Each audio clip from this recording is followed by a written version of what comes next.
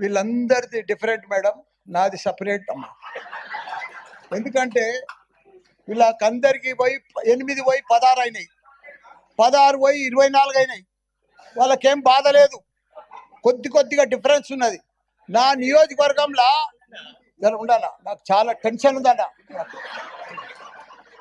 నా నియోజకవర్గంలో 61 మంది గ్రామ పంచాయతీ సర్పంచులు ఉండ్రి, 220 మంది కార్పొరేటర్లు కౌన్సిలర్లు ఉండ్రి, 5 మంది ఎంపీపీలు ఉండ్రి, 5 మంది జడ్పీటీసీలు ఉండి, మొత్తం 440 మంది లీడర్లు ఉండే నా మేడ్చల్ నియోజకవర్గానికి. 6,80,000 మంది ఓటర్స్ ఉండ్రి. దాన్ని మొత్తం తీసుకుపోయి సత్యనాథ్ చేసి 16 కార్పొరేటర్లు 16 డివిజన్లు చేసిరమ్మా. నాది ఎట్లుంది ఇప్పుడు నా పరిస్థితి అమ్మా?